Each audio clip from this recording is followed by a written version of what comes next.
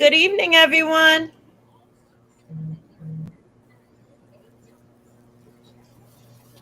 Good evening. Good evening. Can you hear me? Yes, we can. I can't hear you. Mm, okay. You're not speaking loud enough today. I don't know Oh, what's. I'm speaking Oh, very okay. loud and clear. Loud for you, unclear for us. Hold on. So, good evening, everyone, and welcome to the Village Radio Talk Show.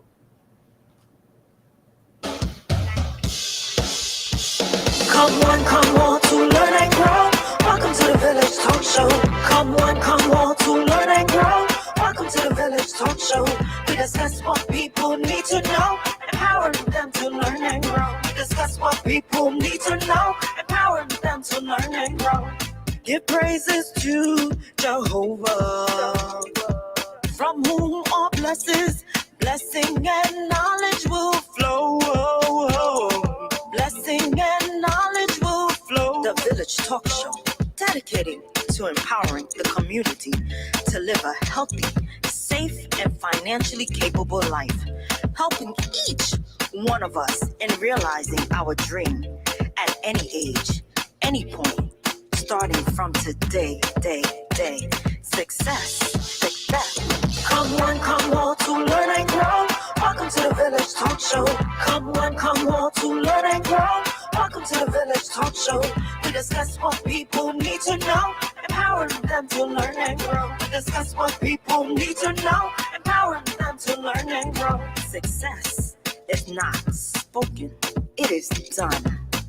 Success is done. Come on now. The Village Talk Show. Talk Show. The Village Talk Show.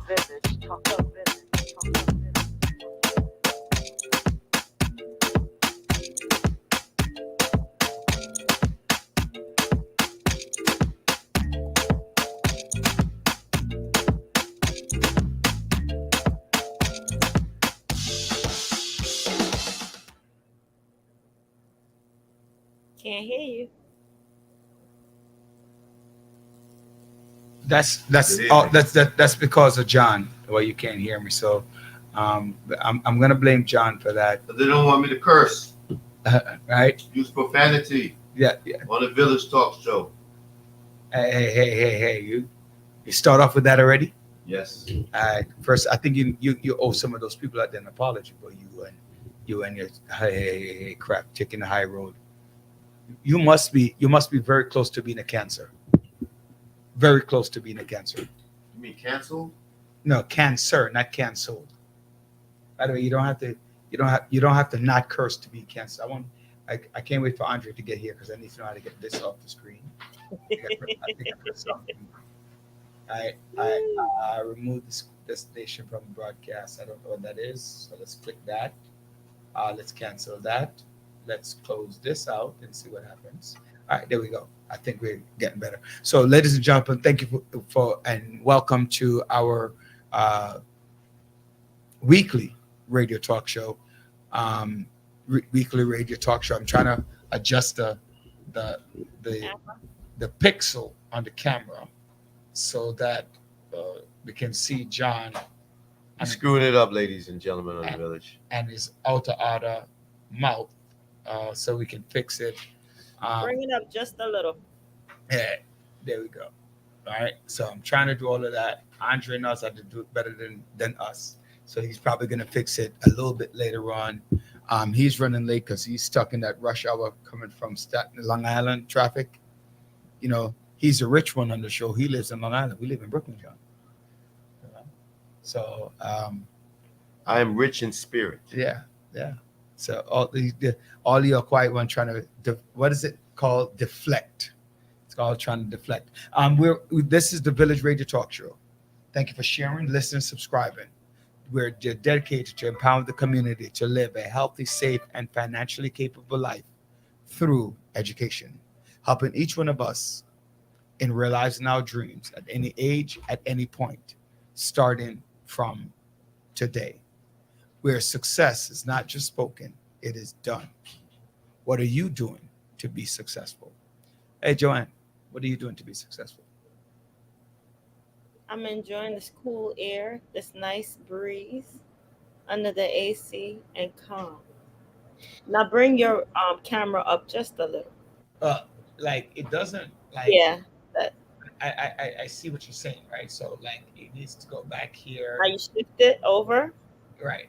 Yeah, I know, but what's Andre has a way to keep it so that it doesn't, All right. Uh, yeah, I think that should be good. right? So it doesn't move around a All lot, right. So that's uh, better. you know. Um, so we have a lot to talk about. We got a lot of last week show. I want to thank everybody. Trust me, whether I like your criticism or not, don't matter. You're the audience. You're out there. You're giving your critique. I got a lot of feedback last week on all levels. And so, man, I love them. I love But you those. know what? Criticism and feedback is always good to actually, different perspective and different point of view is imperative in just allowing to have discussion, to grow, and to be able to think and reflect without fighting. And that's what a lot of people can't do. Respect other people's opinion without being respectful, and then not taking it to the next level. I can agree to disagree with you, and that's what more and more individuals need to do. Learn how to disagree, but disagree in a way that we can communicate and grow from the conversation and not take it another level physically. Yeah, So, and I'm glad that you touched on that. Take it to another level. I have two stories to sell, and I'm seeking permission to tell one story from one of her. She's one of her. No. It's not about you. It's one of our audience members. They said you got to learn to listen, right? That's the first problem with John. Don't listen. Head tough. Have that tough Caribbean head. As I would call my son, Jamaican breadfruit. That's definitely John right there.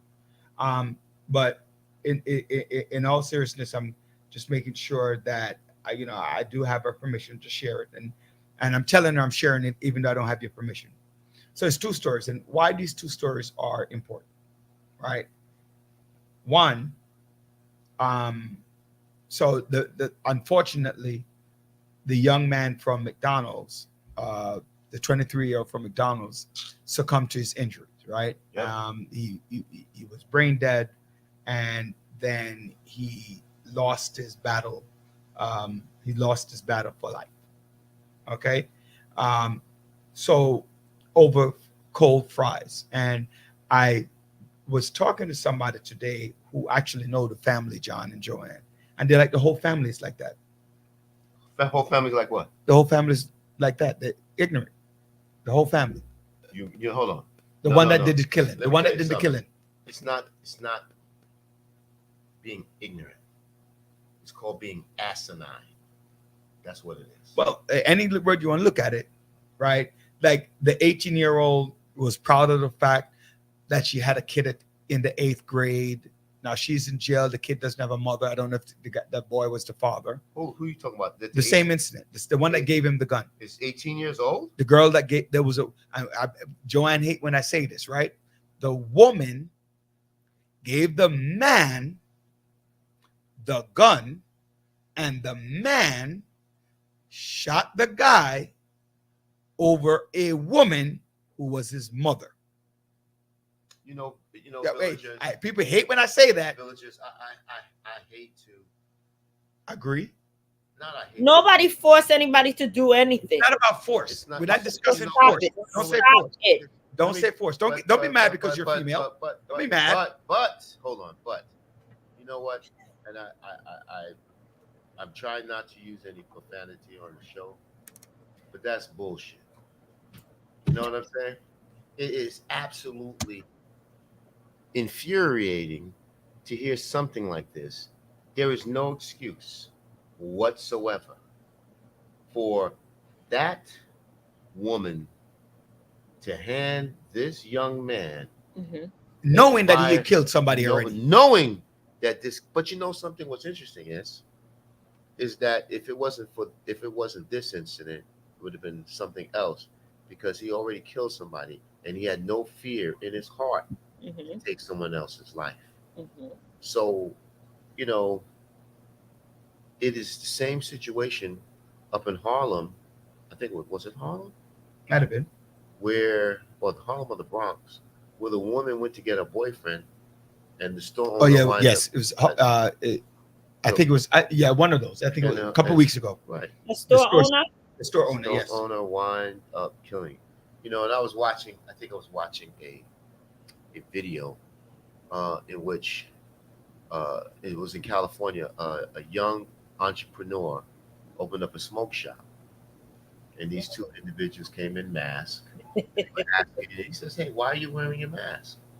And then the next thing you know, they take the money jar that's on the counter, and he says, "Why don't y'all just leave and go?" Then the other guy jumps over the counter to begin to, I guess, take some more money. The gentleman picked up the knife and stabbed him about 7 times. And you hear the suspect on the floor, "Please help me, I'm going to die, I'm going to die." If that was me, I would have stabbed him 7 more times. Right. John. I also got critiqued on that, so I have to apologize when I. Sometimes people got to learn. Just listen when I said I'm talking out two sides of my mouth. He always talks out No, three no, sides. No, not but two. no. I did. I spoke about two sides of my mouth, and I got reprimanded for that. And I like I was saying at the beginning, I appreciate the feedback, right, from our audience listeners, because one, you are our listeners. You are the ones who make this show happen, right? You are the most important persons, I believe, to make this show happen. Okay. So the feedback was when I said about if it was my kid, what would I do if it was my child and somebody took out my child like that? Right. The reality of the situation is I believe in the law, right? I believe that we need to, but I also believe in corporal punishment, right? I believe in capital punishment, right? Not corporal punishment, capital punishment. And if you kill my kid, I want the law to take you out. The only reason why I don't believe in the death penalty Mm-hmm. there are multiple reasons why I don't believe in it. One reason is that overwhelmingly black and brown men, right, are first. They killed number one. Blacks are number one, right? That were killed under the capital punishment law, right? For whatever the reasons are, we're not going to go debate why, right?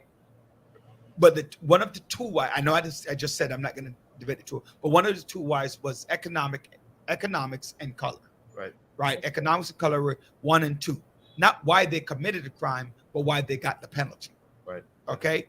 The why they committed crime, I'm not going to go through that, but it's just like the same case with R. Kelly. R. Kelly got 30 years, right? Going to what I've said, I don't believe in capital punishment. R. Kelly got 30 years, and Ghislaine, hopefully I'm pronouncing her name right, she got 20. Mm-hmm. And she was worse because she provided a number of people with young girls for them to have sexual inappropriate, well, whether it's appropriate or not, they're underage, right? So sexual relationship with young people. And she got 20 years and he got 30. They both had money, both were able to provide good lawyers, but he was still black, right? And she's white. Plain and simple, same state, same set of judges, same crime pretty much. And I think hers was worse, right? And she refused to give up the names of the people. Like she didn't even support the law by saying, okay, this person was there, and Let me right. So no, I'm just saying that part. But I really, Andre, welcome. but I really do believe that. That's why I don't believe in it, right? That's why I don't believe that it should happen. Not that I don't believe in it. That's why I don't. So I'm not going out there because the war never stops. If I'm the vigilante, if I go out and decide, because they're going to take me, if they can't catch me, they might catch my other kid, my mother, and so forth and so forth. So the law does itself. So I just want to be clear. Well, Roderick. I swear he said that worse than I an just said argument. that. But when I said it weeks ago, it was like a disagreement. I'm just saying. I'm just No, saying. no, you're right. No, no, no. I agree. Well, you know, villages. I mean, I have a different perspective. Uh, I don't. I do forgive, but I don't forget. So, in instances like that, I think knowing myself and just knowing, we do have to comply with the law, but I don't know if I would do it in that instance. I might seek retribution of some form. I think I would, uh, maybe over time, but if I'm in the moment, I don't know. What about you, Dr. Brian?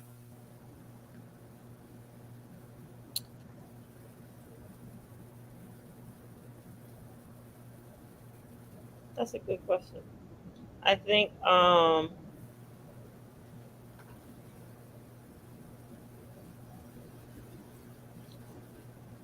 put like this, pain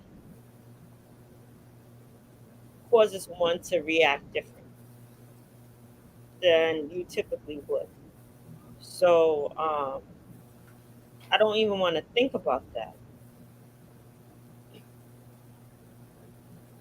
I think the first part of dealing with pain, trauma, like the little boy who got murdered last night, as his parent is trying to find who committed the crime. That's the first.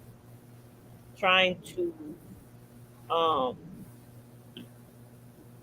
there's no right mindset that you'll be in, but you just need to surround yourself around people who will love you, who will pray with you, who will help you get to step B or try to move past that trauma. You're at a freeze position, you're at a hold position, and you question God, why? You question God, why me, or why my family, or why this? And I don't know.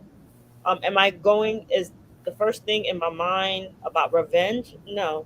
I just want to make sure my family is okay. I want to make sure that everybody's all right. I want to make sure that, yes, I want the person to be punished, but am I going to go after them, attack mode? No. I mean, that's a good point, uh, Dr. Bright. I think just being around people who could support you during this time, because as we all know, our emotions can run wild Mhm. in situations like that, and you really have to trust on the Lord that He's going to guide you. And that's what I pray. I pray for that, but at the same time, uh, I know that You're human. I'm human, Mhm. and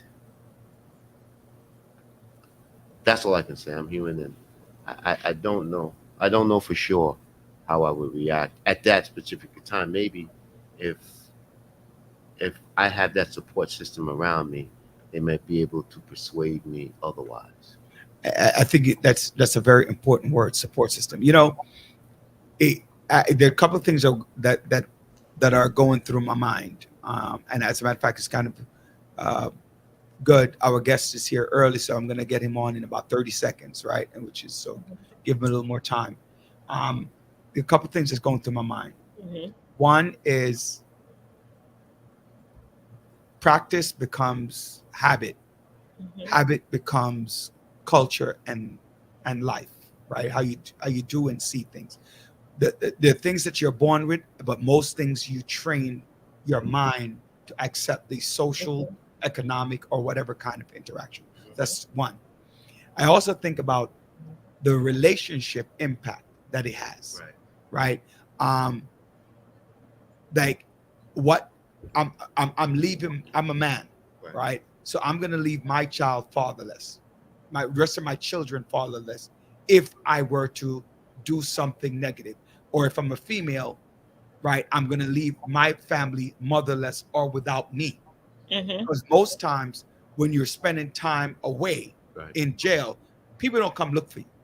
Let's Right. get real. I mean, John, you work with the prison system now, and you could talk about that. Like people really, they might come once in a while, they might put something in their commissary, but they're not coming to Rikers Island on a regular basis to come and hang out with you. Your boys don't come and look for you. I don't know about that, Roger. I'm talking about Okay. not that they don't look for you, but they don't. It's not like you and I talk. I send you a message like, "Hey, John, you're gonna answer back," right? No, Right. it's not that. But there are boundaries in which, and protocols are in place that you can't come every week, you can't come every day, and after a while, that will stop respect. But Roger, sometimes it's not about the quantity; it's about the quality of when you do. If you get a visit once a month, it's that quality that you spend, and that could last you until the next visit.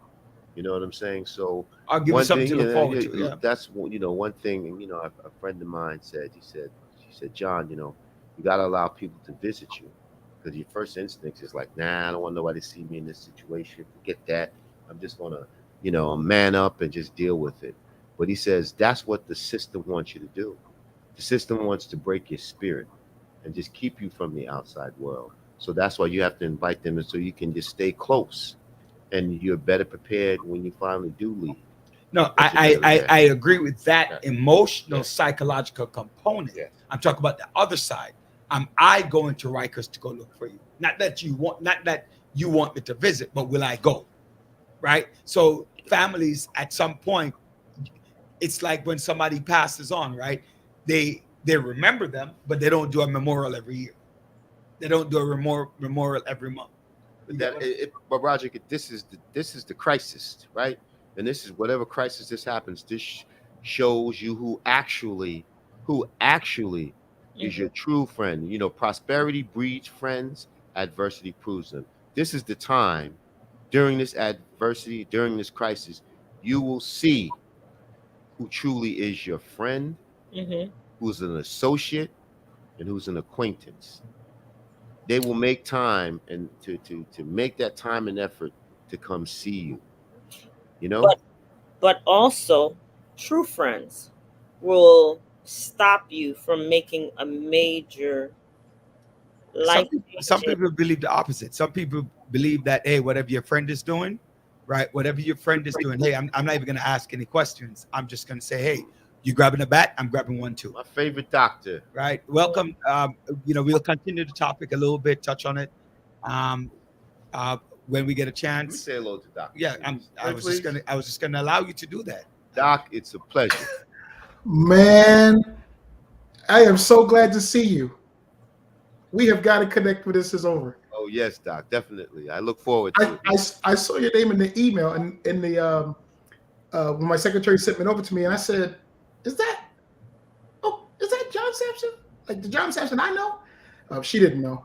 But man, this is it's so good to see you, man. Good to see you, Doc. I see It's you so doing good big to see things, man. Big things. Man, I'm trying. You ain't trying, you're doing it. Okay, I'm doing it. Right. So Dr. Stevenson, April 23rd was when I met you, right? Yep. I met you April 23rd. We sat on the panel together. You were one of the speakers, right? You were one of the speakers on the show, on the program, right? Mm-hmm. And I was blown away, right? I was blown away by your story. Yeah, right. I was blown away from your story, and I just came from chemo too. That's probably the other reason. And how you talk about that and the mental component and the importance of relationship. And so when John saw your name up, John did the same thing you did. Right? He's like, I know him. Right? He's my boy from East New York. Although it's Brownsville, Man. Ocean Hill, but I'll leave it at East New York. East New York, baby. East All New right, York. East New York. Don't confuse it. That's right. It's East New What, York. East New York? I thought East New York. Wait. Oh, you on? No. On your side of Pennsylvania, where the church is Brownsville. No, that's East New York. No, sir. Brown- No, sir. He trying to start a fight. No, sir. Stay in your East Flatbush, brother. Wait. John, would you please educate him, John? John, please educate him. Oh, What Mother talking Gas. about? Is Mother Gas Brownsville. in Brownsville? Mother Where's Gaston Brownsville? is in Brownsville. Mother- Yes. Mother So Mother Gaston is Gas- Brownsville. That train Yeah. station. The Uh-huh. L That train. station. The L train. Yeah. In You Bushwick. pass the L I train. mean, by But on the Hegeman, junction. You're in the Brownsville. that train right there on Hegeman. When you hit that train the on L Hegeman, train. the L train, Uh-huh. That's the L. New York. That's East the New line York. right So there. by Junius over there. By June. No, that's not Junius. Yes. That's Juniors. Okay, yes. Yeah, once Juniors. you pass Yep. over. Once you pass Junius is Yeah. East New York. East New York. All right, that's brother. stand corrected. Don't get confused. All right, I Don't hear get you. it confused. man. So I'm from Brownsville. We I grew touched up you in about that in Brownsville. East New York. You grew up in Brownsville. I grew up in Brownsville, yeah, by Strauss Street, Brownsville, and That's then Brownsville. Avenue B, Rugby, but yeah, the Rempster Village. Mhm. All right, so we're here to talk about your book. Hopefully, I'm not holding it up right. There we go. So we're talking about your book, and the name of the book that we are talking about here is "The Day My Father Died." The day my Okay, father I'm- died. I'm going to have to stop you. Hi, Dr. Stevenson. Oh, Nice to meet you. Please introduce yourself to the audience because we don't know who you are. Introduce yourself. Yo, Doc, you heard that? Shut yourself, right? Go ahead, Doc. No, that's on you. I just do what I'm told to do. I'm Tyrone I Stevenson. was I'm wrong. the So I ain't got nothing to say. I'm the senior pastor of Hope City Church in East New York, Brooklyn.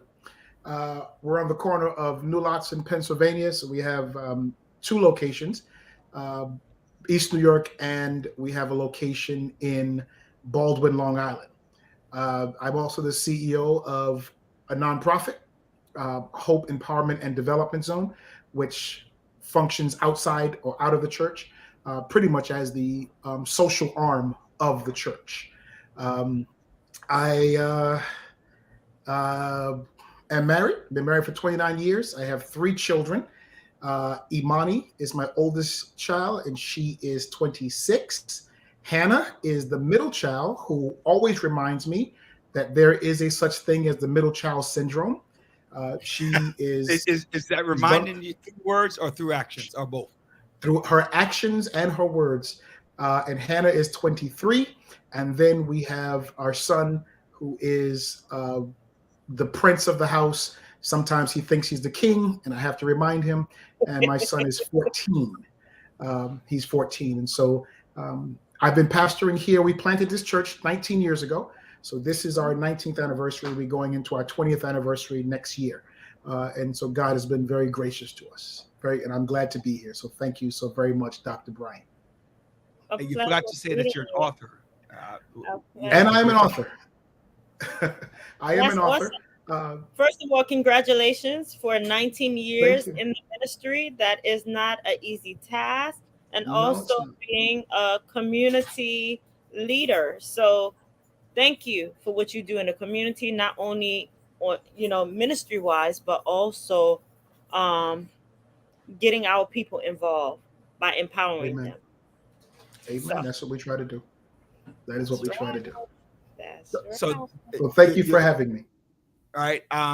How we met. I don't know if you want to go through that. Go directly to the book, right? How we met was we were talking about. We're sitting on a forum, John and Joanne, with about sexual abuse, right? And what that looks like within our community. We had what was great was that we had males that came forward, females that came forward about these incidents that happened to them in life and the emotional and social psychological impact that it has had on them. And some talk about how some people get really overprotective. We talk about where it happened, what are signs that parents were to look for. And he related his own story as well about growing up in a sexual abuse home situation and what that looked like. And then we started talking a little bit, found out he wrote a book that was and actually I received the book and I didn't make I should tell you immediately, Doc, I didn't make the connection right away. I did not. Really? Yeah, when I got the book, I didn't make the connection right away because I didn't really. We were talking about it, authoring the book, blah blah blah, and it was in my gift bag. right? Yeah. But I didn't make the connection. And then I opened the book. I go, wait, that's him. I know him. So I did see that. Good evening, Carlene, and welcome to the village. So let's get right into it. Let's go back and talk about the social component of your 501c3, and then then we're gonna rope right into what led you to write this book. Well, what we did was when we started the church, the first thing, once we started the church, the next thing we did was start the nonprofit, because I was aware that there were social issues in our community that the church sometimes misunderstands as their responsibility. And so at that time, when we first got here, it was the AIDS epidemic, and how do we minister to people in this arena? And the question was posed to me, well, how was it posed? Like, okay, well, one of the ways that you can help with this AIDS issue is to give out condoms. And so we had a board meeting, and you can imagine what my board said. They were like, the elders were like, what do you mean give out condoms? They were like, absolutely not. The same old issues that we had, where that means we're condoning it, da da da da da da da. And so that was really what prompted me to kind of move quickly, because I couldn't see our people dying, and we could help, but the help would be seen by church folk as condoning sin. And so my issue was, would we rather them die, or would we rather try to help them so that we can minister life to them later? You can't minister life to them if they're dead. And so that became the catalyst that kind of pushed us to be separate. It's completely separate, separate board. So my board in the church does not have any input whatsoever to the board of the nonprofit. And we like it that way. It works out very well for us. And so that allowed us to kind of move toward, how do we engage the issues in our community for the purpose of empowering our community to be ready to empower the next generation. Everything for us is, okay, how do we help the next generation? Right. So that's where we are with that. I have a question for you. Do you find that you have more people who gravitate more to the nonprofit or the church to deal with some issues? That's really interesting. That's really interesting. Well, our nonprofit, our church had a counseling center, and it was state authorized, but of course you couldn't get any funding. So the church was paying for it. So what we did is we finally, just this year, got them to move over the authorization to our nonprofit. So our nonprofit has a counseling center. And so that made it so that people would go to counseling, because I think counseling is extremely important in our community, extremely important. And so what we found is, believe it or not, we have an easier time getting volunteers from the community to volunteer for our nonprofit outreaches than we do with the church, members of the church volunteering in the church outreach. And the numbers are like, I'm not exaggerating, 15 or 20 to 1. You know why? Yeah. There's no stigma with religion attached to it. There's no religion attached to it. So if someone who is Muslim or atheist or whatever decide, hey, you know what, I like what they're doing, but it's not attached to a church, you can minister to that person without having that, without saying, oh, okay, you know what, I'm ministering to you, without that fear of the church being judged or whatever.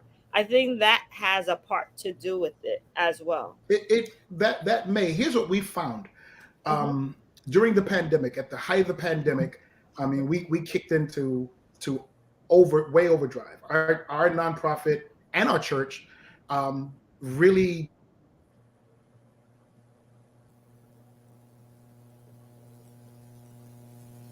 Are you still there? Doc? He Oh, he froze. froze. He froze. Yeah. All But right. So I love the fact that they actually created two different entities to try to empower the community. That all right, Andre, just remove it from the screen, and then we'll come back. We have let's do our commercial break while that's happening. So, good afternoon, ladies and gentlemen, and welcome to the Village, where we are brought to you by the Single Parent University. Open admissions, the roll-in admissions, open admissions, where you can learn about the course curriculum, personal development, and mindful parenting support seminars for to help you to deal with issues, the social emotional component. What we're talking about right here is one of those, and dealing with counseling, and they will provide some level of counseling, financial management, nutrition, and wellness. If you are a participant, you will get free childcare, transportation. They give you a social hub, which I just told you about, resume, help with your resume, cover letter, career exploration, legal assistance, and a number of other things. So do reach out to the Single Parent University, 646-779-6767. Text us at SPU 714. I'm sorry, text SPU to 714-441. Again, this is all the Single Parent University. And those of you stop by the King of Jerk, right, at Utica and Clarendon, get some food, get some, what they have, jerk pork, jerk chicken, corn, some other stuff. Just mention the Village Radio Talk Show, and just mention that you're here there, get a little discount on your food. But you won't know what the discount is until you stop there. All right. Ladies, so thank you so much. Also, we have an event this weekend. One of our former guests, Carla Jordan, right? You got that up, Andre? All right, so we'll come back to that. Just know that this weekend I would like you to go out and support those people who support us, which is Carla Jordan. She's having an event from 12 to 4, Joanne? yes. From 12 On to 4. Sunday. On Sunday from 12 to 4, right here in Brooklyn. I'm gonna give you the address in a minute, and it's gonna pull up on screen. So I think some of the stuff that he's talking about is kind of important, that we have to discuss. Andre, see if you could get him back. Maybe he's having some kind of difficulty, right? But we can talk about one of the topics, one of the hotbed topics that's going on until he comes back, and which is that the FBI raided Donald Trump's house, right? Big deal. I think it's a big deal on two fronts. Big deal. What? Let me hear what you think is a big deal. Big deal. Are you saying big deal is that we don't care? Yeah, I mean, it ain't about Donald Trump. What they raided for? What they raided for? To get some documents for what? What are these documents going to prove? That he didn't hand over certain documents to. They said it's of national security. Like what? Let's see. I want to see what the Who knows? subpoena says. That's why I want to see what the subpoena. So- My so whole point was you said go back. Different from So the. it sounds to me, John, like you say, it is a big deal that they did that. Not that it's a big deal. It's not. It is important. a big deal for the FBI Mhm. to do a raid on a former president. That's exactly what I said. That's how I feel too. And it just looks just purely political. Well, you know what though? The only thing I have to say about it, right? It is political, right? It is political, and I do. They don't want to say it, but I think there's some level retribution. But Trump and Republicans are upset, but they weren't upset when Trump, right, asked Russia and I believe China to investigate the Biden, the son, Hunter. But boss, right? That's but leave that over there. That is Russia. So what's the That's difference? No, this is United States. Let me tell you something. If your president asked, this is the president of the United States, ladies and gentlemen of the Village, this is the overreach by the feds that they do on a continuous basis on people like us, That is true. that like us, But and just don't. we got to hold the thought. He's back. Okay. All right, let's hold the thought. But I think that conversation is, I think it's vital. Like the Fed shouldn't have done. So welcome back. Yeah, thanks. Sorry about that. Yeah, we've lost internet in our building, so they just went and reset it. I don't know. So I'm back. All right, we're good. So let's we started a hotbed topic while you were gone, but we're good now. And I know if we have some time, we might bring you into that political conversation as well. But let's let's focus on where we are. He has to finish. Yeah, I know. We're going back to that. So we're talking about the counseling impact and moving it and why that's important. Joanne asked a question, which a lot of people are asking. A lot of people are afraid the word church and God, because I didn't realize that a lot of people are not very passionate about church. They're not. They're just not. So when they hear it, they hear brainwash, right? Or they hear the opposite, right? So you have two extremes. Abuse because of what's been going on with the Catholic Church, and it's not every child in the Catholic Church, but it does exist, right? So just like in politics, you have people who are far right. I am for religion. Religion is the best thing in the world, and so forth and so forth. While Andre, can you take this call for me, please? Right. While on the left side, you have people say religion is the worst thing. It should never happen, blah, blah, blah. But Dr. Bryant, and you're bringing up a good point. Counseling is counseling. Right. So, and I'm glad that you're able to they would do this. So you're saying that more outside people come to know from the 501c3 than through the church. Yeah, that's been our experience. Our counseling is not in any way Christian. Our counseling is counseling. So we have licensed therapists I want you to who deal with the counseling issues. Say it again, because a lot of people think that because they ask me the question and you're a pastor, they think that it's a religious thing. So it's great that you point that out. Yeah, there is no genuine field called Christian counseling.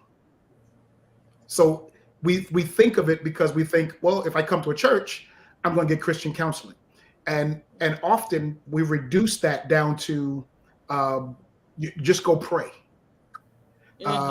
fast, you got to spend more time with God.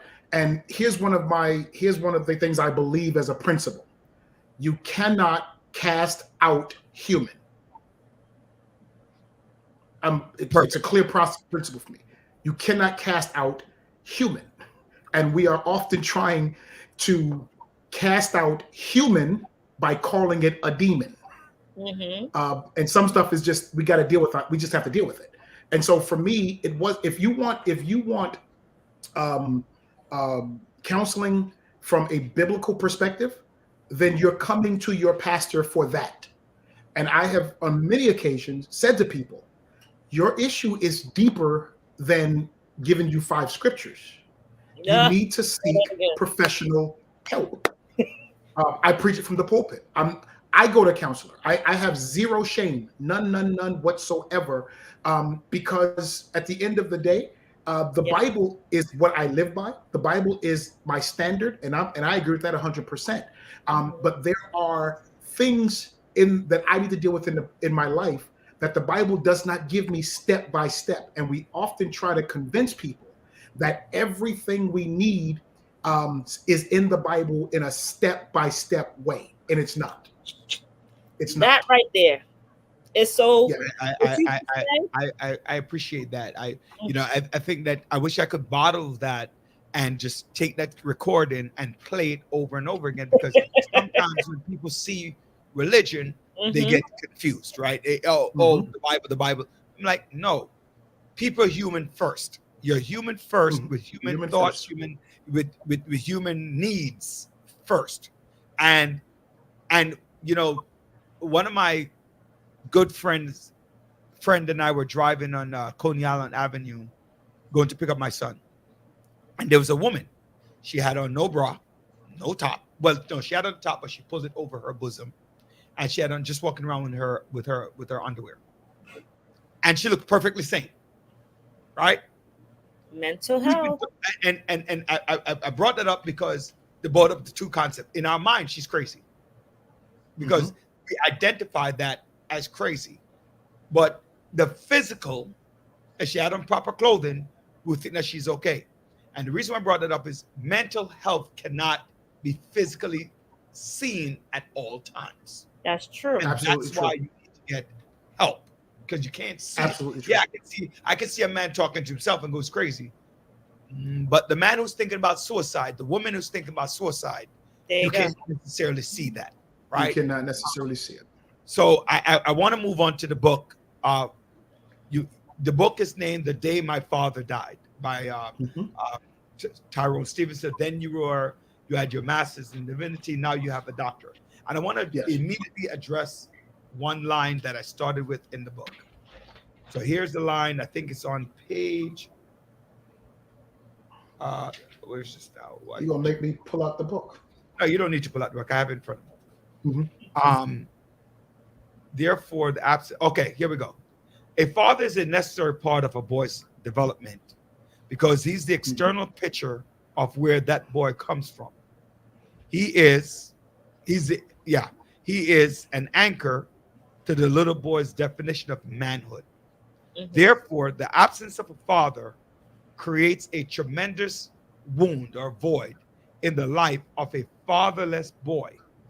And when this wound is left untreated, it creates pain that is passed on from generation to generation. Fathers are necessary, period, despite the culture tries to portray each one of us at every stage of our life, from childhood on through reaches for our daddy. I don't see it right now, but there's another line that you said where a mom. I'm trying to find the page, but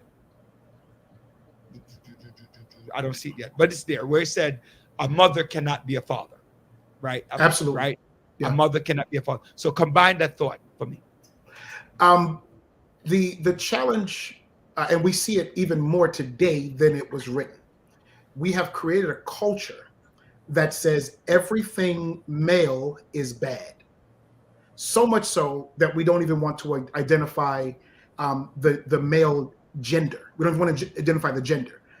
I've heard it said that all of the ills of the world can be traced back to a man. This concept that we've created that everything wrong with the world is because of men. Then you add to that in our community where we have way too much fatherlessness. And so now I'm a little boy growing up in a culture and in a home where it's being said everything wrong with everything has to do with a man. How do I identify myself? What can I do right? Because at the end of the day, everything that goes wrong is going to somehow be my fault. It creates a wound. That wound is no different than a soul wound, is no different than any other wound that we could have on our flesh. If you have a wound and it is not treated and it is open to bacteria, it can be infected and you can die from a simple wound that could have been taken care of with some peroxide and a covering. Often we beat this into little boys consistently so that when he becomes a young man or has his own thoughts, how does he find self-esteem in the statement that everything wrong with society is because of you people, you men? So I think it's extremely important that one, we have to stop, and I use this for men, you can use it for women as well, but this book was about my father wounds. We have to stop in our homes. Denigrating the little boy because he looks like the man that rejected you. That's something we just have to deal with. He's not his father. I got to a place where one day I had to say to my mother, I love my mother with all of my heart, but it became too much. And I said to my mother, stop blaming me for the man you slept with. I didn't sleep with him. Oh, God. I didn't sleep with him. Mm. Why am I carrying the burden of a grown man? I didn't do any of these things. And what we fail to realize often is that, and in some cases, women may not realize it, this concept of constantly beating him down in his psyche, this little boy who then becomes a man. So then we start saying things like, I used to hear this in church, and the older I got, the more infuriating it became. You say it in my church today, you're going to be set. I'm taking the mic out of your hand. I've heard it said on Father's Day. Women get up and say, I'm mother and father. And a woman cannot be a father. Now, I get a lot of slack for that statement. I didn't say a woman can't help a man to develop. I didn't say a woman can't help a boy to become a man, but a woman can't be a father. If you have if your house is on fire, you don't call the police. Police have authority, police have a uniform, and police have tools for their job. But their authority, their uniform, and their tools will not help you in a fire. A fireman has authority, a uniform, and tools. The difference is that fireman or firewoman, that fire person, is equipped to deal with the issue you're facing. And we often try to pretend that both can do either. And I don't think it's true. It damages, it does damage. You made a statement earlier in this same comment about reiterated to that child, you remind me of your father, you behave like your father, but you're not with his father, right? Mm-hmm. And so what I said earlier in the show is practice becomes habit, becomes life. And what that basically means is if you're going to tell me that I'm like your father, I'm like my father, I'm going to become like my father, which is I'm going to have a woman, have a child, and walk away. I'm going to leave that child, right, without a father that is immediately in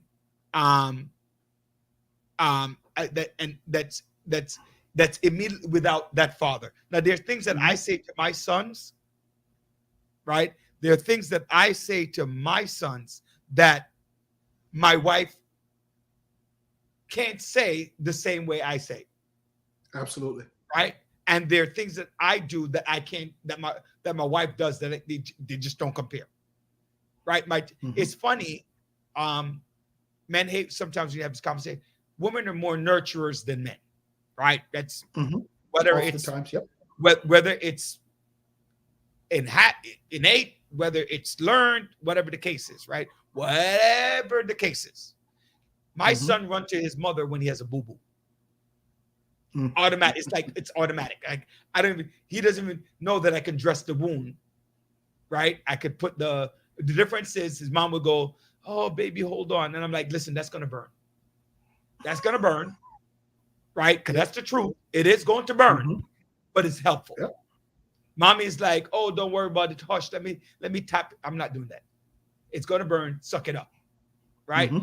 But we both, like you said, we both can address the mood. The mother is going to address the emotional need. I'm going to address listen, this is what it is. Need. Does it get bandage? Yes.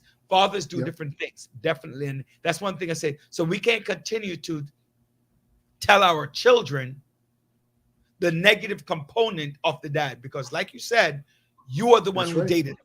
You're the one who did what you did to have that child. And not only that, even if he was a bum, even if it was evil, even if you chose to bring this child into the world.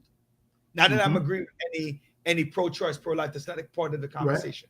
But you made a conscious decision to follow through with the negativity that you look at as negative.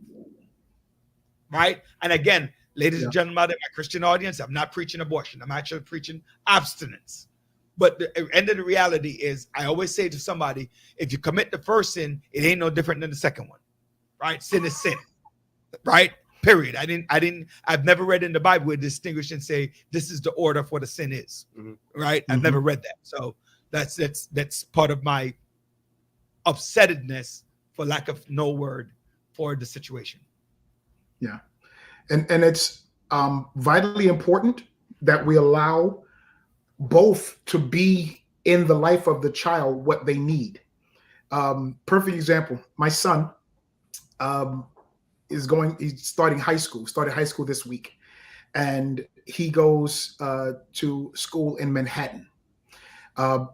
We live in Long Island.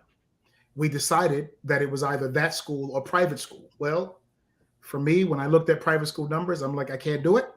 We're not trying to do that. I'm not trying to send him to high school to pay for college. And so we decided you're going to go to Manhattan. You're going to travel on a train, which he's never done before. I got him a schedule, got him the bus pass, got him the Long Island Railroad pass, and said, here's how you figure out the schedule. Here's how you figure out the schedule. Here's where you catch the bus. That's how you get to school. I'm done. His mama said, no, there's two different ways to get to school. There's the bus and there's the train. I'm going to go with him on Monday on the bus, and then I'm going to go with him the next day on the train. And guess what? He had about 5 friends who went from his junior high school going to the same school. All 5 mothers went with the children on both days. And they said, no, you're going to have your privacy. We're not going to get on with you. You can stand over there. We just want to make sure you know where you're going. Nothing's wrong with either one of them. But my son needed to understand that the expectation I have of you as a man is that you figure it out. That's my expectation. You have to learn how to figure stuff out, because when you have a family, you need to figure out how to feed them. You need to figure out how to clothe them. You need to figure out how to put a roof over their head. That's your job, son. And so it starts now with figuring out how you're going to get to school on time and how you're going to get home. Mom says, I want to do a little more nurturing. No problem. And I said, okay, great. Here's how we're going to get balance. You guys want to do it Monday and Tuesday? Wonderful. But from that point forward, he is on his own.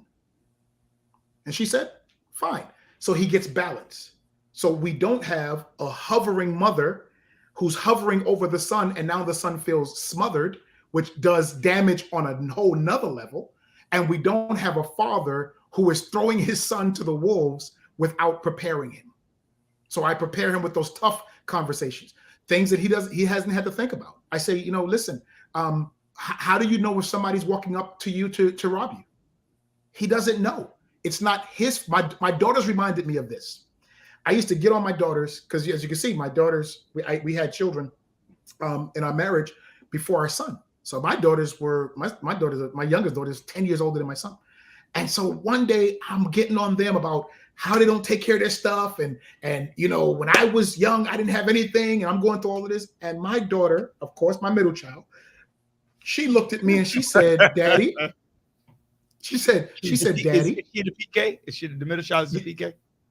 Yeah, well, they're all PKs, but yeah, she's the one who she wants middle child syndrome to be an issue. She says to me, Daddy, it is not our fault that we're not poor.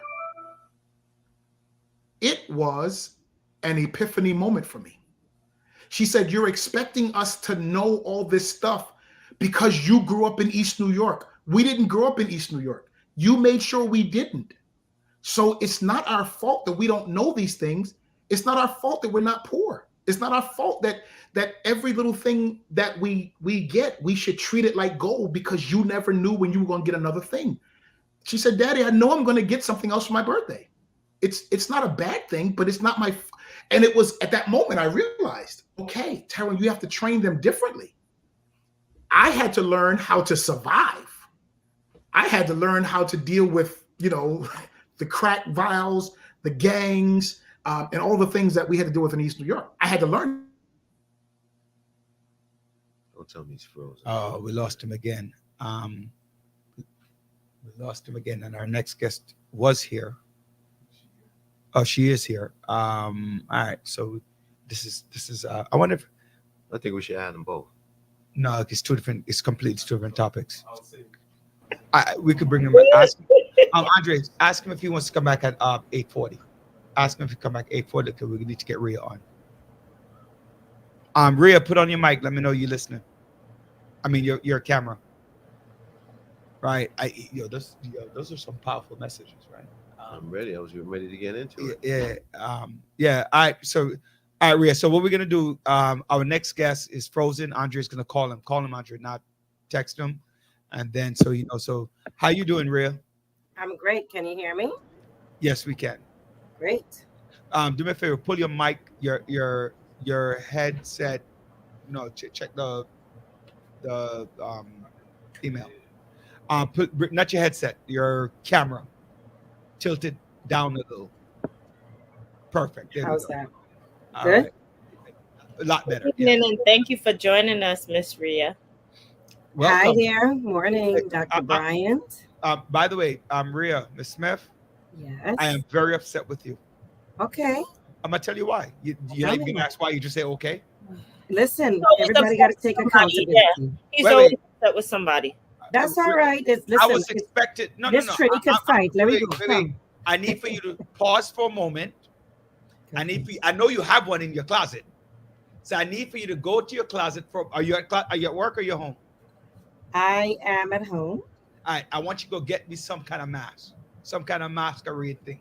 I know you have one to do it. Yeah, go Just find. so?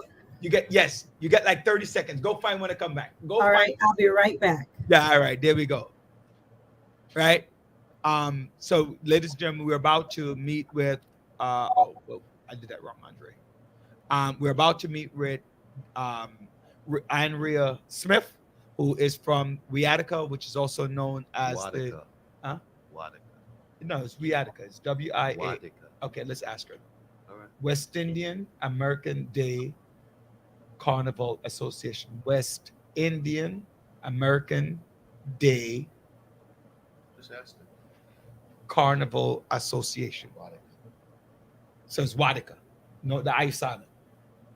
Watica. The I silent. All right, no problem. So looking forward to that. We have our big Caribbean celebration coming up.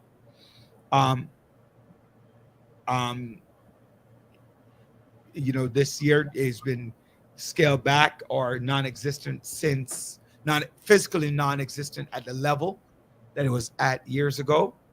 And so it's back this year, September, with still not perfectly how it was before. I didn't know she was going to take more than 30 seconds, guys. I don't know why you would ask somebody to go and do that right then and on the show. Why not? All right. Anyway. Right. So, looking forward to that. John, what was your experience like with the West Indian Day Carnival? West Indian Day Carnival is always a. There she goes. She's back. Really?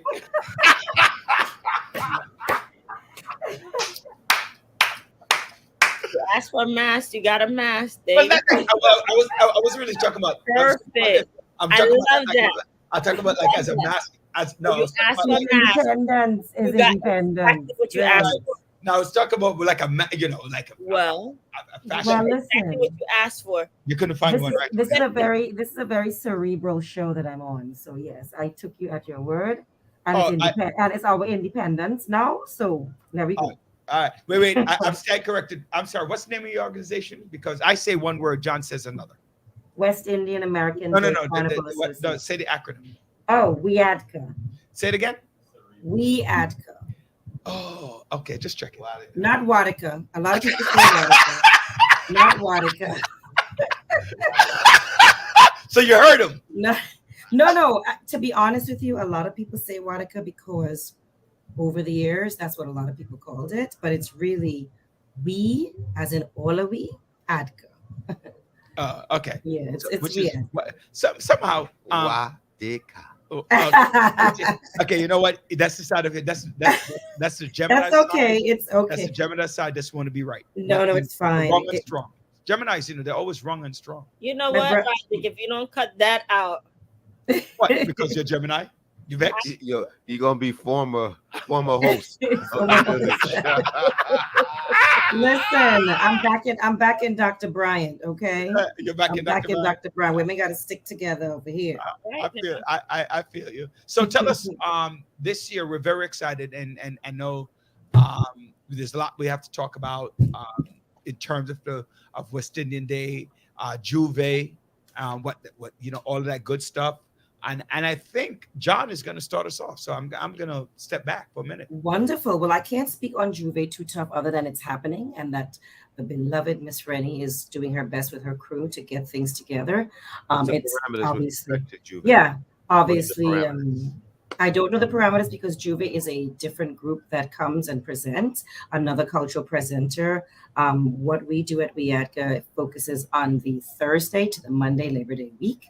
And the Juve comes Monday morning. And Miss Rennie, I'm sure, would be happy to come on the show to give you all those parameters simply because that's the right thing to do. But more importantly, she knows them very intimately. And so the schedule is. Wait, John, can I pause you for a minute? Let me just hold up. on. No, I know. Just pause for a minute. I'm going to bring Dr. Stevens on for 30 seconds. Just call Rhea. Just give me 30 seconds with Dr. Stevens. Don't get off. Don't get off. Just I'll put myself on mute.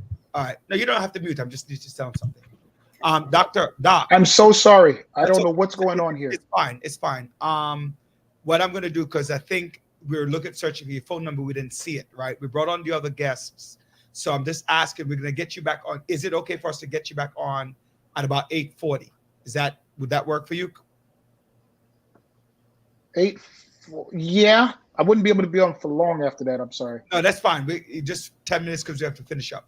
Okay, so I'll jump back on at 8:40. 8:40. Okay. Or through the email, ask your wife, your secretary to text Andre your number, and then you can coordinate on that. Okay. All right. Appreciate it. Thank you. Thank you. All right. So the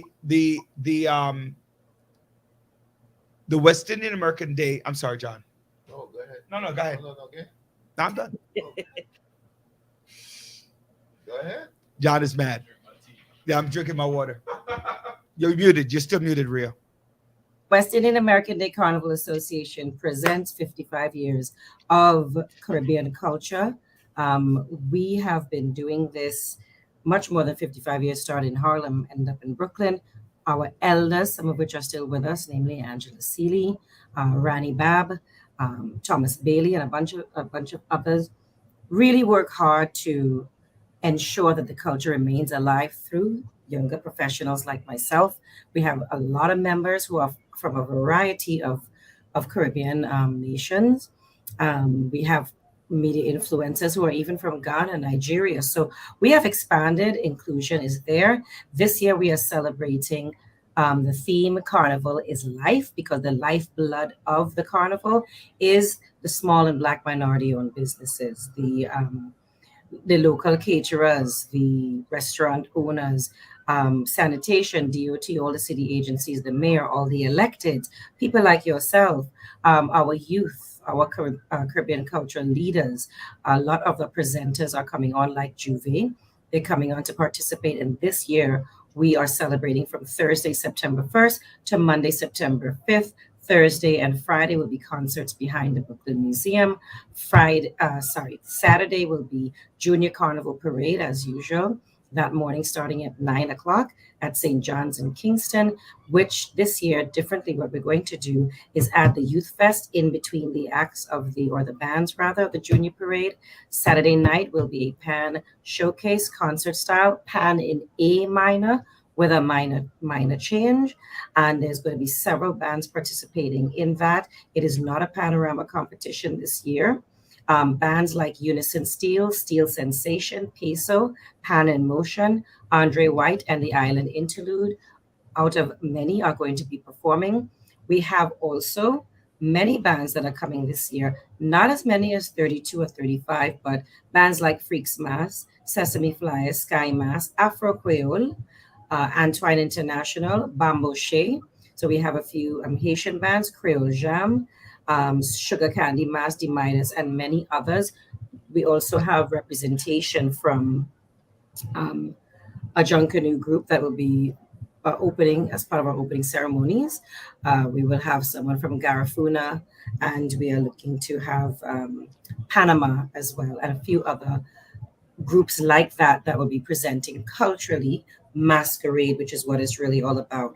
The rules are very simple: stay safe, no drama, and costumes are a must. It is a costume presentation on Monday. You will get turned off the parkway if you're not in costume trying to jump with the group, or if your truck does not meet standards. There's rules and regs at the office. We're at 1561 Major Owen Center over on Bedford Union Armory now, on the third floor. The phone number is 718-467-1797. Call to get your spot. Vendors registration is open, band registration, float registration. We are in business. And so the lifeblood of the Caribbean community is the community. And we, as an organization, work with several entities to ensure that the New York State and city economy is robust, and the contributions of Caribbean community based on their spending power is to be respected and celebrated. All right. That's Questions?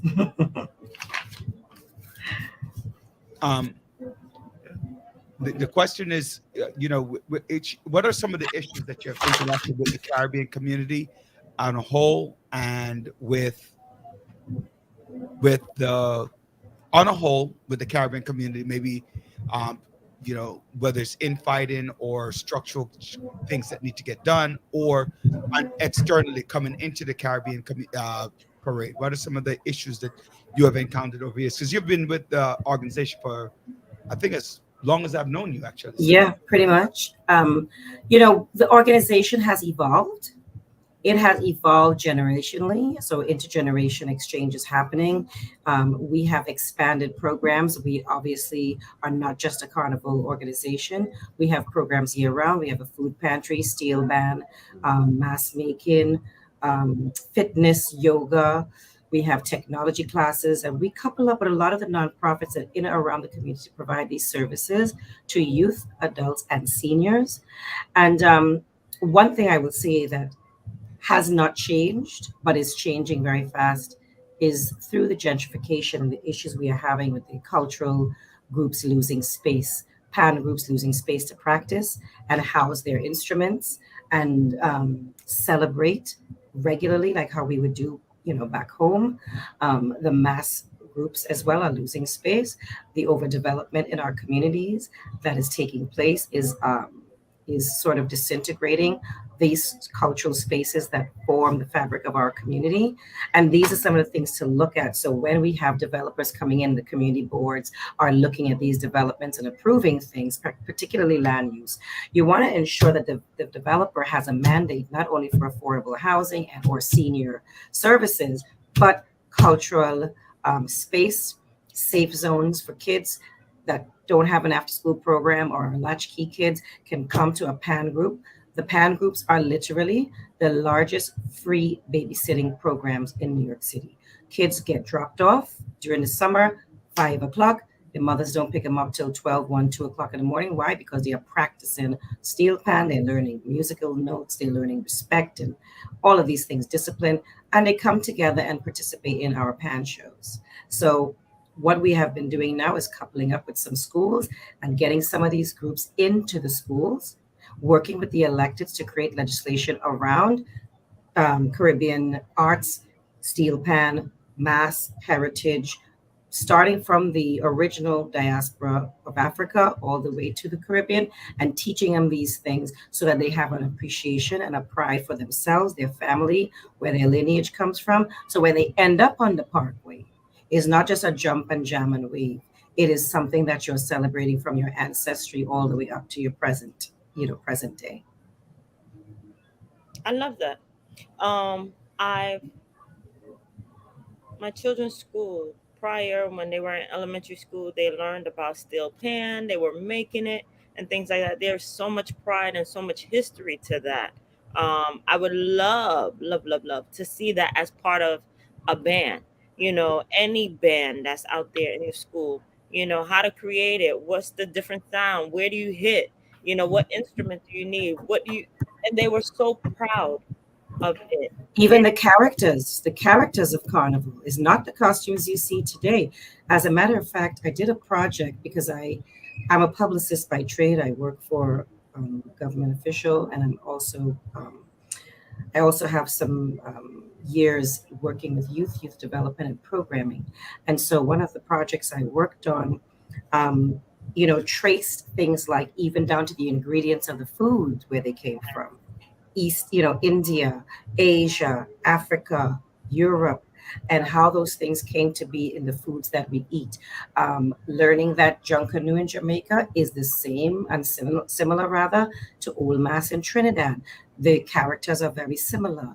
All of those things, the rhythms, and again, Black history is great, but today's present day, just like you have LGBTQ with all these IA and all these other things. You have culture now that is 2 or 3 or more races. People are now so mixed that they want to be able to learn where all of their being comes from. And that we don't have enough of. No, not at all. So Right. I agree with you that Caribbean American information and Caribbean life, just like we're pushing every other type of education, Caribbean, especially in New York City, having so many of our students from the Caribbean island, we need to include that as part of what we study, what we learn, and the pride of it. Thank you. Absolutely. And we're super proud of Jamaica with the relays and those things. We've been watching them. And don't forget Trinidad. With Trinidad. Well, I was just about to get to my country. Don't worry. I was moving on. But no, I have to say that, working hand in hand with each other, our organization, whether you're Yadi or, from Haiti or Grenada, we want you to participate because all of this is part of everyone's heritage, even African American. I mean, we all came from the same slave pot, right? We just ended up in different places. And so we want to be able to celebrate together and appreciate each other and have tolerance. I was speaking to an elected just the other day. The issue of gentrification stems from people coming into your community, and because they have purchased a home that is 3 or 4 times what it used to be worth, now expect for the community to change because they've moved in. And that should not be the mindset when you're moving into a community that's as diverse, especially as diverse as Brooklyn. You should be coming in with the knowledge and the mindset that this is diverse food, diverse people, diverse energy, and want to embrace that. And so it should even start outside of the schools, from community boards, having cultural sensitivity training, inviting new people who are residents who are moving in to come to these meetings to learn about their neighbors, the block associations having Taste the Islands Day or whatever. Everybody has to make a concerted effort. It sounds like you're dropping a word there because I'm the community board chair. You are? I didn't realize that. I did not. I felt like I was in church and the pastor was speaking. I'm sitting I know the pastor is dropping, but I think that's a good idea. Who the yellow cap fits, wear it. Yeah, with the yellow cap. You told me where to place this. So I'm going to look at the Block Association for that. Yeah. That's one of the things I wanted to do was a farmer's market as well. That's I was thinking about doing. Nowadays you could do programming just with the block associations and just. So that's very important. You touched on it a little bit, but I wasn't sure if you're talking about. We normally have trucks on the parkway, like a lot. Yes. So how many trucks are we having this year? And so let me say this: this year we usually have like 30-something mass bands, and then of course. So each mass band, walk me through this. Each mass band walks with a truck. Usually some with 2 or 3 trucks, depending on the size of the mass band. However, this year, because of COVID, a lot of our bands really did not have the resources to come this year. And we get that. We respect that. It has been tough over the last 2.5, 3 years for many of us. And to be able to present is not just to throw something together and throw it on the world stage of Eastern Parkway, right? We call it the cultural row. It is to think of a theme, get your supplies together, and parcel it out where it makes sense. It's sort of curated. And if you do not have the resources, the finances, and those things to do that, no real artisan is going to just throw it on stage. It's just like a fashion house, right? You don't half-ass it, so to speak. What we are facing this year is challenges based on economy, based on post-COVID, based on the supply chain backup. People don't even think about these things. Carnival is an industry. Supply chain backup in China, feathers and beads ain't coming down for nobody's parkway, right? So all of these things are things to think about. Oil prices are high, gas prices are high, all of that stuff. Where's the airplane to bring you the supplies or the ships, you know? So we have a reduction in some of the bands this year. Last year, if you remember, we did a smaller presentation. This year, it's more of a medium-sized presentation. Next year, 2023, it's going to be a full-on, all stops post. So we value our cultural presenters, and we try to at least help them out where we can, even though we are struggling too as a nonprofit of color. However, what we are planning to pull together as cultural presenters, as a consortium group, is something that's going to be representative of the community, of the culture, and of the times that we're living in right now. So tell us about some of the safety protocols that you have in place. Well, safety is key a and lot of safety is people who are priority. nervous. Right. Yes, safety is key, safety is priority. On the parkway, again, the rules and regs are wristbands, costumes. If anybody's acting up, I will tell everyone they will be pulled off the parkway. We will not tolerate any violence. We will not tolerate any disrespect to any of the masqueraders, any of the walkers, any of the city agencies that are assisting, any of the road management, any of that. That's one. The second thing is, COVID, monkeypox, all that stuff is happening.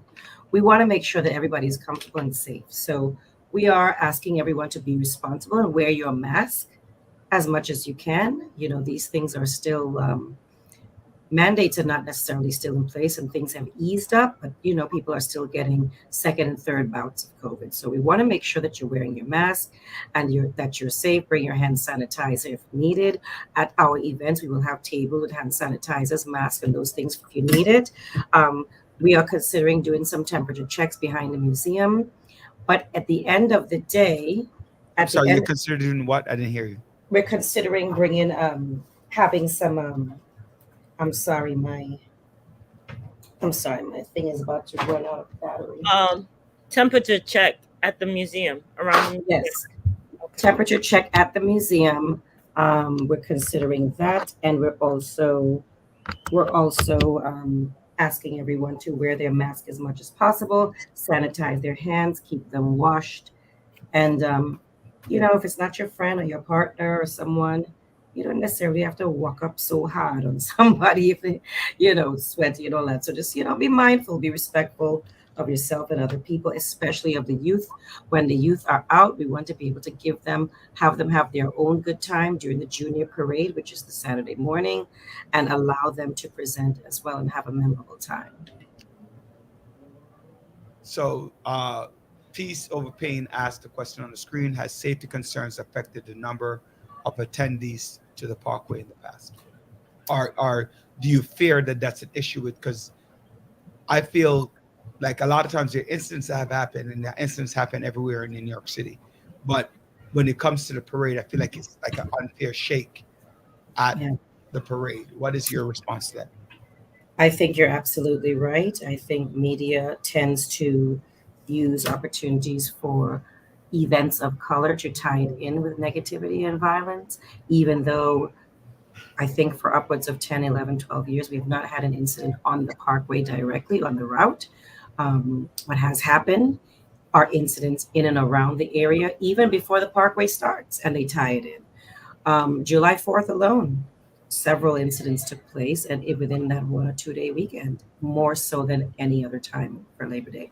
And so, thinking about it, realistically and looking at the stats is important. Understanding what is happening, having a narrative of safety again is key. So all of our messaging that's going out with the mayor's office and the NYPD is that we are practicing safety. We're being diligent about safety, and so we are doing our best to keep everyone safe, and any foot that steps on that parkway to ensure that the level of safety is very high. All right. So we have a couple of questions regarding the vendors, right? Yes. How many vendors do you plan to have? I mean, normally I would see a string of vendors on Eastern Parkway on the day of. Are you expecting that if anybody was interested in Yeah, well, Parkway? so we are, vending is open, registration for vending is open. Any more information and related to registration, tickets, all of that, go to carnival.nyc. Carnival.nyc is the website. Everything will be up there. We are taking vending for food, pretty much anything that you can register for. You just have to make sure you have your permits, your health and hygiene permits, all of that good stuff. We are going to be having vendors. I think this year the city wants us to do like a sort of like a zigzag block, so everybody's not clustered up like they used to be, at least for this year. But there will be vendors on every block as far as we could tell.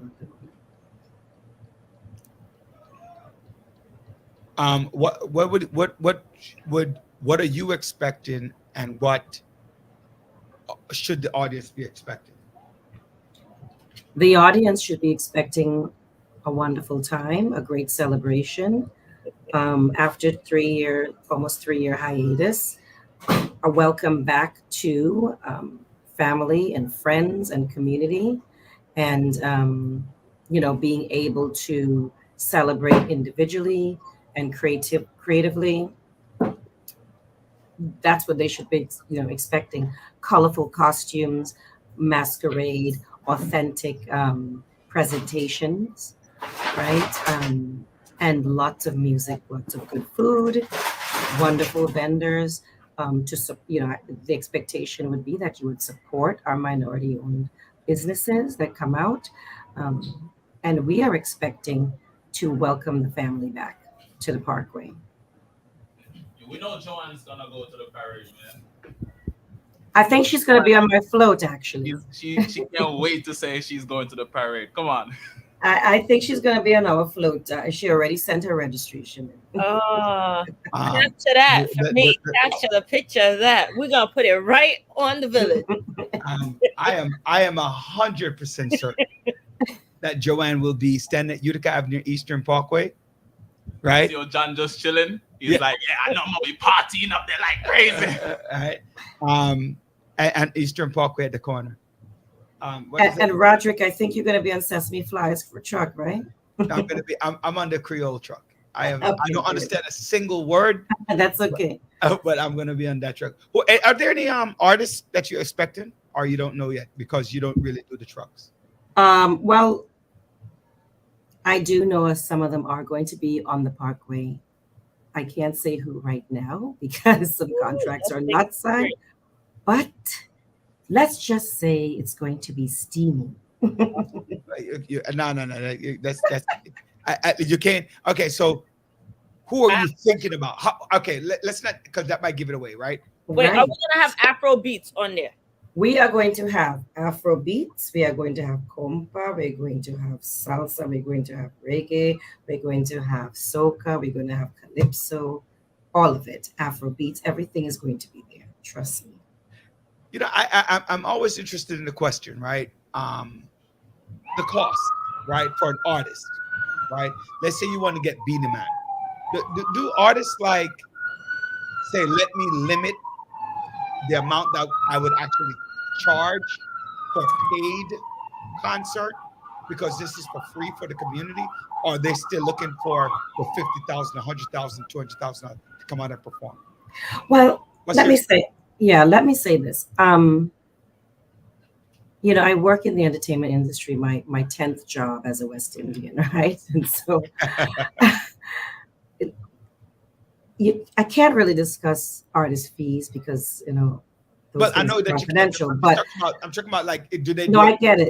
But let me say this. One thing I would say is that post-COVID, if you didn't have a fee before, you have one now because you have not made money I in three got you. years. So if you step in on anybody's stage, anybody's clubhouse, whatever, you are requesting something, some sort of pay. What that means is that some can be respectful of small nonprofits and say, I'll take a per diem and transportation fee. And some, depending on the organization, may say, look, I need an appearance fee, I need per diem, I need literally an entourage that would be my makeup artist, my manager, all of these things. It depends on the caliber of artist. It also depends on how diva the artist really is. And it's not diva meaning for female, male or female. You got Exactly. divas in both. And actually some of the male performers are even more difficult to deal with than the women. Mhm. But post COVID, the fees, I don't know. It's real. But But I also limited some of the trucks. I would assume you limited some of the trucks because well, they can't yes. afford So the artists like right. before. So what we're doing is some groups that are limited by budget are going to be grouping together. So we will have less trucks on the road this year simply because of budgets, right? Some smaller groups will be coming together on a few trucks, and some of the larger groups will have their own trucks. Again, we are asking everyone to refrain from going under, jumping over the barricades, and jumping on the route. So there is a level of respect in a lot of things we do in life. When it comes to carnival, there should be a lot of respect given to the masquerader who has paid their money for their costume. And let me say this, costumes start at easily $250 and can go as high as $1,500 to $1,700. US dollars, not Trinidad money, not Jamaica money, not, you know. And so, as a person who has not purchased a costume, for one to jump in and masquerade and have the same type of revelry and experience, it does affect a masquerader, and they prefer that they have their own experience in their costumed space. So I say to people, it's not that we don't want to mix up with you. It's just that we want our experience that we've paid for. We want that VIP treatment. We want to be able to have our space, especially for the larger costumes. And if you want to revel, come behind when we finish or on the side, or pay for a costume.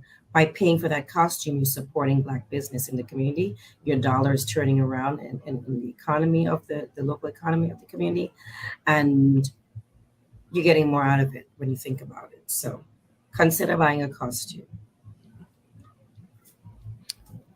So to the celebration of culture and you touched on it a little bit just now actually, but celebration of culture of the Caribbean, the diaspora, and the economic impact that it has. So who are affected by you think with people coming out? And I believe, if I remember clearly, I think this is the largest attended annual parade in North America.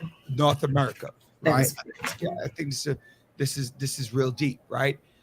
So talk about that in terms of economic impact on the city Well, when you think and the about it, cultural impact and the cultural impact. and the culture. So you have tourism that comes in. So you have hotels, you have restaurants, you have transportation, MTA, you've got Uber, then you've got sanitation to clean it all up. You've got the NYPD, you've got the FDNY to ensure safety, with concerts and events and stuff like that. There were all fire safety and fire guards. Fire guards. Every 100 person needs, I think, one or two fire guards at all events, not just ours. Then you have SLA. You've got DOB, for architect building the stages. So just about every city agency you can imagine is involved in the production of New York Carnival Week. And that is where the economic multiplier comes in. As far as culture is concerned, we have people who come from around the world. For the pan groups, for example, we have people from Germany and Japan that come and participate and practice with the pan groups 2 and 3 months before Labor Day so they can learn the song that they're going to present for the competitions. And these are people from all around the world that go to the different panoramas. And this is how the instrument and the music gets globalized, right? Because then they take it back. And there are several steel pan groups in Germany, Japan, and England, and all these places. And so outside of being an economic multiplier on the ground, it's also an economic multiplier transplanted elsewhere globally. And so all of that comes from New York. A lot of the carnival organizations around the country sprouted out of New York.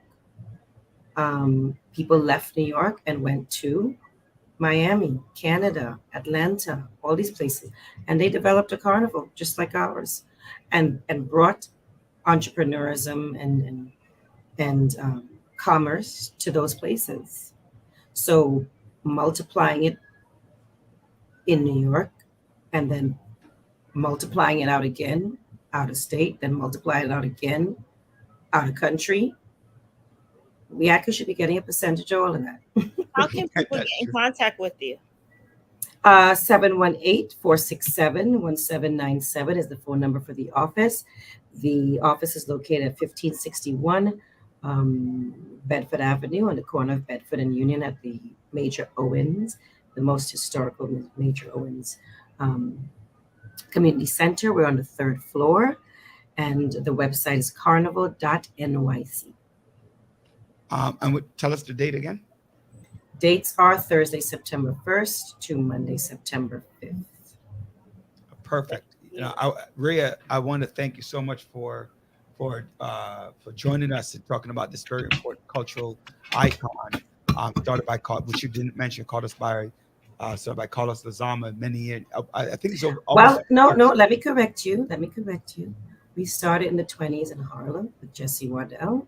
And then from Harlem, it came to Brooklyn by Rufus Goring. And Rufus Goring and his group, which included Lazama, lost the permit 1 year. And then Carlos Lazama stepped in and continued from there until he stepped down as president. Perfect. Thank you. And So I much look, for joining us. No Yes. problem. I look forward to seeing you Labor Day weekend. Absolutely. And Mr. Sampson, I'm ready to see you in your king costume. You got it. Okay. All right. Dr. Brian, I'll see you soon. Thank you guys. We appreciate you very much. God bless. Have a great evening. Okay, take care. Joining us. Whew. A lot of different topics tonight, from church to counseling to parkway dancing to masquerade. Wow. Let's get back to Trump. What's going on with Trump? Please. I need You couldn't wait, huh? that. Yeah, I couldn't wait to get back to our former president. Please, Mr. Sampson, help us understand what's happening. What can he be convicted of? Nothing. I mean, who knows? I said, who knows? I mean, we don't know what the documents contain. We don't know. I guess you might get a good idea once you see the search warrant and what they're looking for. It probably tells you what parameters are they trying to. Might give you a hint of where they're going. Why won't they tell? Because he's such a public figure, right? And that was a question that I was asked, and maybe you can answer this as from the law perspective. And the high-profile person is the president. Why won't they tell us what the search warrant was for? They're not supposed to tell you. I'm not going to tell you. Regardless of who it is? I'm not going to release the information from the search warrant. I'm going But they asked for that. I'm They saying said- after the fact. I'm talking about after the fact, even not after before. the fact, I would have to. The search warrant should only be released. If I was his lawyers, I would prevent them from releasing the search warrant unless the judge signs off on it. So nobody, not the prosecution nor the defense want to release the search warrant. I wouldn't release. But why? The why is the question. Because you don't know what basically, because you're going to start speculating as to what the search warrant is asking Who's for. we? The public. Well- If they know or don't know. If the public knows, they can start. You don't want to influence the jury pool. Okay. So if And that's what they're doing. yeah, that's all. I mean, I think the feds are I think they're overzealous, and at this point in time, it's purely political what they're doing. They could have It all depends what type of investigation. Just like the congressman, I think they just one day they just walked up on this congressman and had a search warrant to take his phone, and they took his phone right then and there. The one in Pennsylvania? Yes. Uh, Also, going back to Trump, John, they Hey, The but you Tish- always remember this: what the Democrats or what the Attorney General is doing now. One day it will be a Republican Attorney General. I was about to say and that. he will return the favor. Tish James, for those of you who don't know, I guess I don't know what the outcome of it because I didn't hear much about it. He was deposed by Yeah, and he Tish pled the James fifth for everything. for everything. But here's the funny thing. Ours are pleading the fifth. I remember when Hillary pleaded the fifth, he was like, innocent people don't plead the fifth. So now his words is coming back to bite him. Hypocrisy. It's all hypocrisy. That's what it is. Yeah. But guess what? You know, there was an attack, there's an individual that tried to take over the FBI today. So based on what happened We with might take over the building. yeah. But I want to go back. Can I go back to John's question for a second? Because I want to ask him about the pleading the fifth. You brought it up too, John. So in this deposition, he pleaded the fifth, right? 4 hours. Right. Okay. 4 hours he pleaded the fifth. Was this deposition had the ability to lead to legal action? And now that he pleaded the fifth, what are the next steps, or what could be the next step for the AG, for the Attorney General? She just got to continue. She can't compel him. He pled the fifth. He took his right. That's pretty much it. She just has to go to. Hopefully, his other children don't do the same. So if everybody pleads the fifth, she has no case. I'm not saying Or she pure doesn't- speculation. She doesn't have their testimony, but she has the documentations which may bolster her position. Because they choose not to defend Yeah, themselves. deposition is just one aspect of a trial.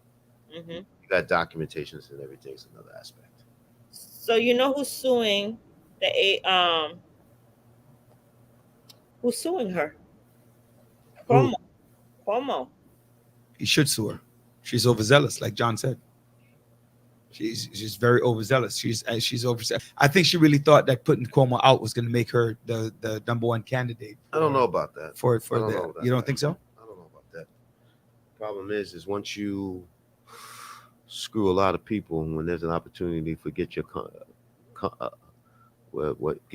comeuppings, Cuomo was afraid he would definitely have been impeached, and that's what he's afraid of. Yeah, I agree with that, but I'm saying that Tish, though, I felt look at this as an opportunity because she wanted to run for governor. So she looked. I don't think she looked at it as an opportunity. It was presented to her. He asked the one, no, let the Attorney General do the investigation. He's the one that asked, and that's it. But she used his case as part of her advertisement Advertising for what? for running for governor. Yeah, of course. I mean, she was like any other prosecutor would use a case that they did. You know, they use it. If she won it, if she had won the case, yeah. Yeah, she did. She got him removed. Yeah, but she didn't set. But it turned out she didn't said there was no charges pressed. All of a sudden, you had all this big case. He resigned, and now all of a sudden. So if that was the case, then he should have stuck in. Yeah, that's we remember you and I. Well, you and I both said that. He did not want to sneak in because he had screwed so many legislators over there. They were waiting for this opportunity to give it back to him, and by impeaching him, that was their way of giving it back. They just waited. They waited. Cuomo gave them the opportunity, and they were going to pay him back. Okay. You know? Okay. So that's what it comes up to. It's unfortunate, but that's where we're at. What are some other topics in our community? What's going on? Oh my God, the shortage all around the United States for teachers. So I guess one I know in Florida they mentioned that retired military people can come in and come teach the kids. They don't have to have a degree.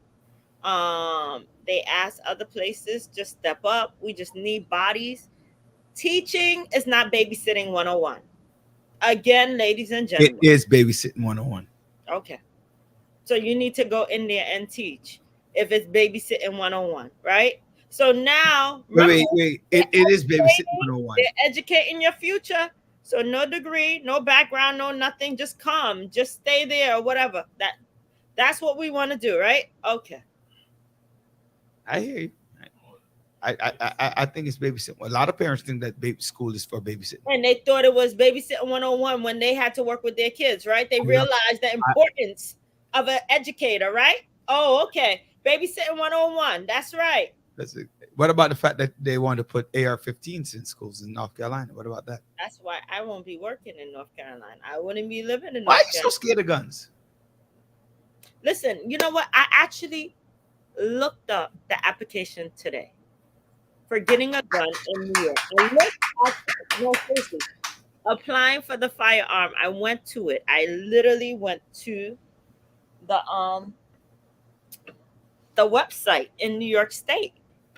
And I'm not afraid of guns. Don't get me wrong. I'm not a promoter of it. I'm not afraid of it. So stop saying that I'm afraid of something that I never told you I was afraid of.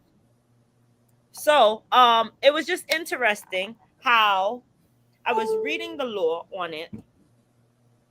They haven't made all the changes yet, and that self-defense can also be a reason to carry. Just plain, that's it. So it's just very. That's mine. I got one of those recently. I got one of those damn voice notes again. Remember, I was getting them about a year and a half ago to a year ago. Mm-hmm. Yeah. So they kind of came back. You know, yeah. I got one of those called Mr. Daly. So I'm assuming it's a former student. I do not want an AK-45, AK-47, Dr. Brian. 47, 45, whatever it is, in school with my kids. Any crazy person could break in and get it, and how are they going to defend themselves? You know, I was talking to someone. I had a meeting during the week, and one of the conversation was around police officers in schools and getting rid of the safety agents, right? And I'm not an advocate for police officers at any level to patrol hallways. I'm not. However, I do believe that I am an advocate of police cars to be stationed outside of schools, right? Outside school, not elementary schools, especially high schools that have high rate of incidents, right? And middle schools that have high rate of incidents, either from the community or within the school. So after school, they're placed on the perimeters of school, but not during school hours or whatever. In high school, they should be there all day, right? Because kids are coming out of school, into school. Some schools don't have, what do you call that thing, John? When you walk in to check, no. When you walk in to check, Scanners, the magnetometer, right? Middle school don't have scanners. Right, they don't have that, but they do have incidents, right? Mm-hmm. And like if in Uvalde, if they had that, and even the police officer showed up earlier, anyway, and they could have stopped some of the bleeding, they didn't enter. So they need to be stationed and react. You know what? I want to say this. Have a wonderful school year. Florida started yesterday. So definitely, kids, you know what? It might be rough, but guess what? We back at it. Another year, another successful school year for all the ones that started school already. And a happy birthday to my former sister-in-law, Rashida. Happy birthday to you. But ladies and gentlemen, it is getting closer and closer to that time of August. Enjoy. Well, at least we had a reprieve today in regards to not being 102-degree weather. Yes, enjoying the wonderful, wonderful breeze. Listen, be safe out there this week. Go out there, support our author, Miss Carla. She's having an event for we got the event up. Our event this weekend. A lot of things. There are back to school event, backpack giveaways, block parties. I know Roderick was touring block parties last week. So get out there. Enjoy the weather, and remember, Restaurant Week is still on for one more week. Let's do it, people. Let's support our community. Let's stay positive. Let's empower each other and enjoy your weekend. It's called the 15th Annual Culture Fest at the Old Boys High School. The first annual. On it says first annual. Yeah, first annual. I thought it said 15. So first annual at 777 Rutland Road. That's right over there behind Downstate Hospital. Right there, the Old Boys. Tickets are $15. Please do come out and support the cultural event.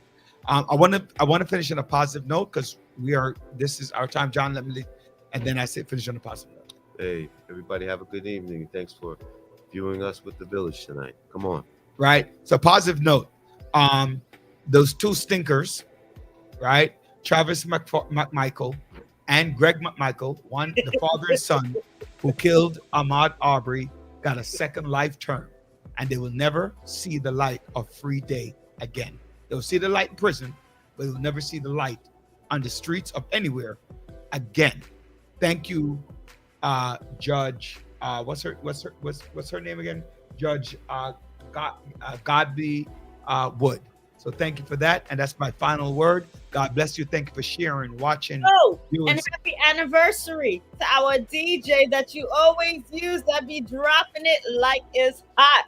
Happy anniversary to you and your beautiful wife. Enjoy many, many more years, and stay freaking, everyone. And a happy birthday to my cousin Michael. Village, we're out. All right. Thank you for subscribing. Yes. Oh, thank you for subscribing. And also go back and watch it on YouTube. God bless. Have a great weekend.